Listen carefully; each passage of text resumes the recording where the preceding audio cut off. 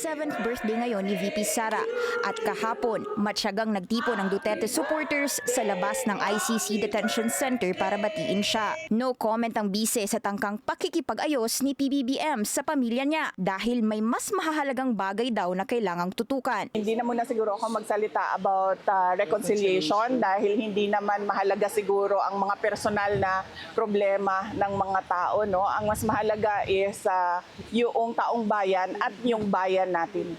Sa kabila ng napipintong impeachment trial, thankful daw siya sa magiging opportunity para makapagpaliwanag at malinis ang pangalan niya. Agree siya sa resulta ng latest SWS survey kung saan lagpas 80% sa respondents ang nagsasabing dapat harapin niya ang paglilitis. Kaya lang, nausog ang dapat sanay presentation ng articles of impeachment laban sa bise na mula June 2 ay magiging June 11. First step ito bago mag-convene ng impeachment court sa Senado. Nag-iisip lang ako kung ano yung epekto ng delay doon sa kaso, pero iiwan na natin yan sa mga lawyers namin, sa defense impeachment lawyers para pag-isipan kung anong posibleng epekto nun sa kaso kung meron man.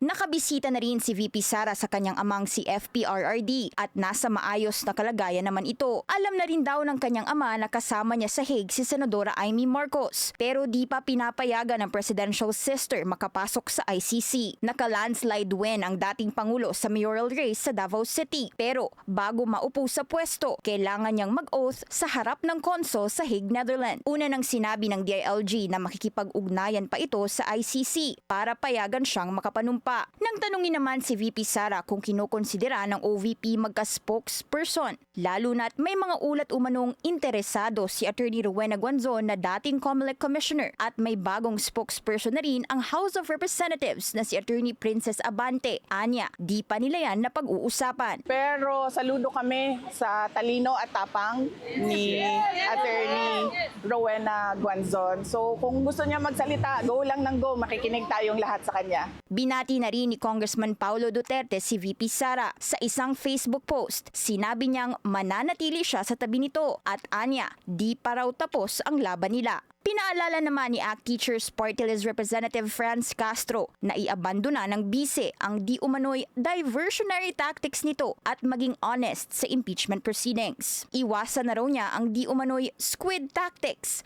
at harapin ang mga reklamo ng diretsyuhan at walang paligoy-ligoy. Nahaharap si VP Sara sa 7 reklamo, kabilang ang misuse of public funds. Para sa agenda, Hannah T. Bilyonaryo News Channel.